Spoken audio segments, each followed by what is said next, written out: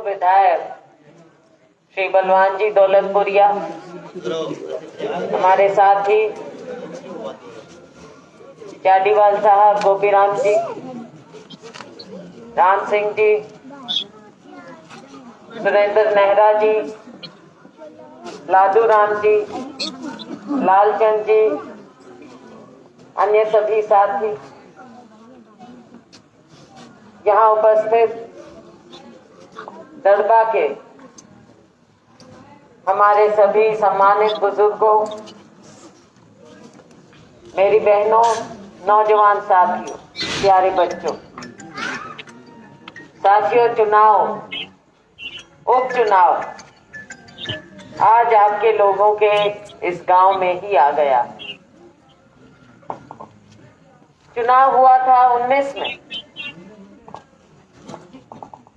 और होना यही चाहिए था कि 2024 में अगला चुनाव हो,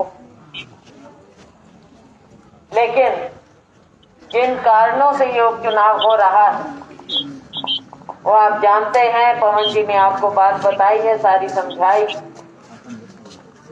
दुख इस बात का है कि जो जनता किसी को अपना नुमाइंदा चुनकर भेजती है, उस जनता का कभी अनादर नहीं होना चाहिए। उसके मान को, इज्जत को कभी कम नहीं करना चाहिए। लेकिन अभय सिंह जी को यहाँ से आपने जिताकर भेजा था, वो आपके विधायक बने और अगला चुनाव 24 में आता, परंतु बीच में उन्होंने अपने पद से इस्तीफा दिया। कहने को तो किसानों के आंदोलन की बात कही, तीनों काले कानूनों की बात कही, लेकिन आप पूछिए कि क्या वो तीनों काले कानून वापस हो गए? वापस हुए नहीं, लेकिन वो फिर से मैदान में आ गए। तो ये चुनाव क्यों? ये उपचुनाव क्यों? क्यों हम रात को आपको तकलीफ दे रहे हैं? क्यों हम दिन में, जब सभी को अपने अपने काम में जुटना चाहिए, क्यों हम आपके बीच में आकर आपको तंग करते हैं? और आपके खर्चा भी हो रहा है, हर चुनाव पे बहुत खर्चा हो जाता है, आखिर वो लोगों की जेब से जाता है। तो चुनाव तो होना नहीं चाहिए था। इस्तीफा दिया, काले कानून का नाम लिया और वापस मैदान में आ गए। तो ये यहाँ की जनता का अनादर हुआ। किसानों के नाम पर राजनीति जरूर है, लेकिन अनादर भी। और साथियों, जब विधानसभा में अविश्वास प्रस्ताव कांग्रेस पार्टी लेकर आई, उस समय उनका फर्ज बनता था कि अगर किसानी की बात है तो अविश्वास प्रस्ताव के हक में वोट देते, सरकार के भारतीय जनता पार्टी के खिलाफ वोट देते। लेकिन उन्होंने अपना रास्ता अलग चुना, पतली गली से निकल गए और किसानों का नाम ले दिया कि हम तो किसान के नाम पर शहीद हो रहे हैं।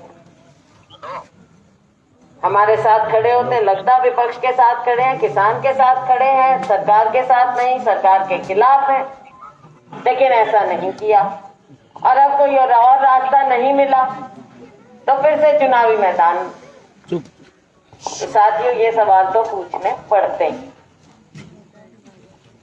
और रही बात भारतीय जनता पार्टी,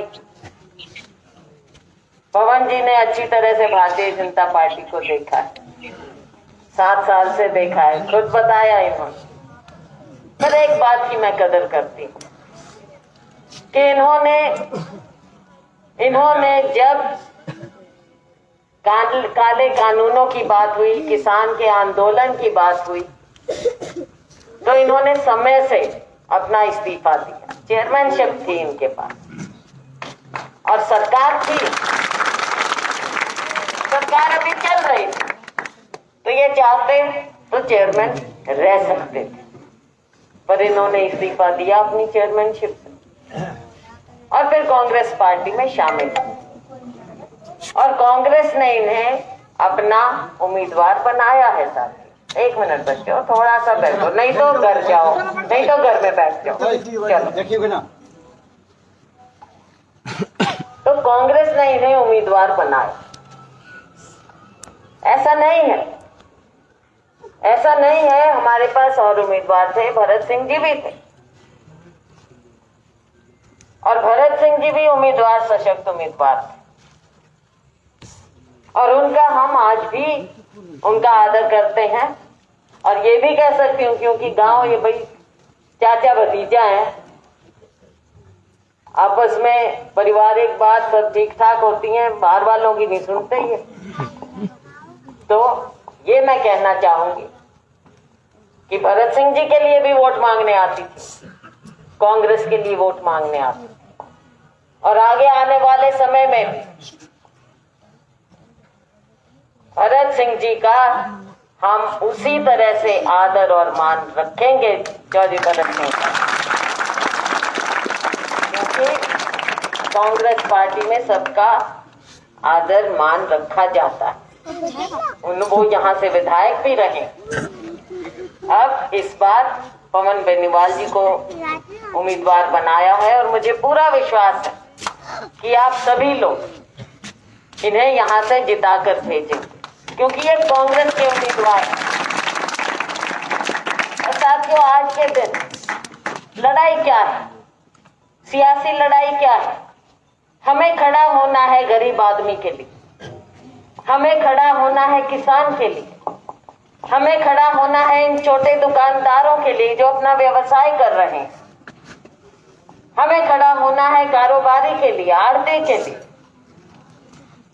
क्योंकि सबकी जिंदगी एक दूसरे के साथ जुड़ी हुई है। लेकिन बीजेपी धोखे की राजनीति करती है। आज कुछ भी कहकर कभी जाति की बात करेंगे, कभी कुछ करेंगे, लोगों के बीच में जहर घोलते हैं। हम बात करते हैं भाईचारे की, 36 बिरादरी की, आपस में प्रेम की, सौहार्द की, तभी समाज आगे बढ़ सकता है। साथी, अगर एक दूसरे को हम जहर से देखेंगे, नफरत से देखेंगे, तो समाज आगे नहीं बढ़ेगा, उसी चीज में उलझे रहेंगे। और भारतीय जनता पार्टी की नीति भी यही है और नियत भी यही है कि लोगों को अलग रखो, राजनीति करो, जात पात से लोगों को उठाओ और उसमें अपने वोट ले जाओ। कभी विकास की तो बात करो। अभी बात बताई, सेम का इतना अपना मसला है, कुछ किया नहीं।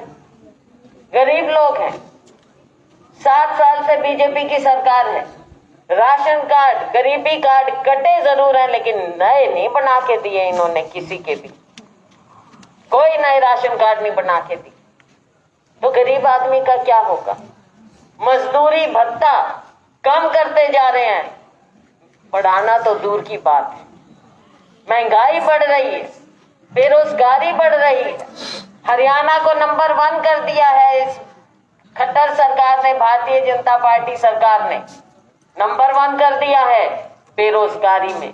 आंकड़े बता रहे हैं कि पूरे देश में बेरोजगारी सबसे ज्यादा हरियाणा राज्य में। ये देन है भारतीय जनता पार्टी।